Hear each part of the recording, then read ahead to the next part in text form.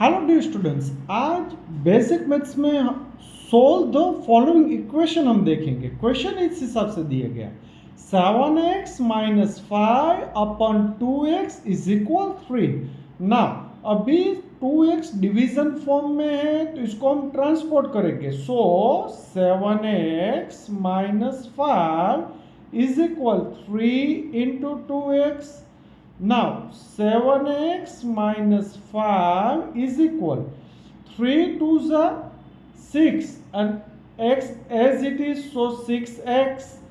Now negative 5 है, इसको हम ट्रांसपोर्ट करेंगे तो नेगेटिव 5 है वो बनेंगे positive 5।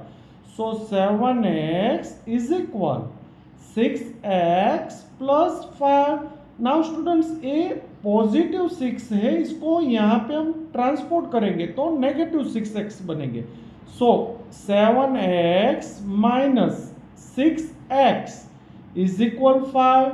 Now students 7x minus 6x we got x is equal 5। So our answer is 5, x is equal 5। Thank you.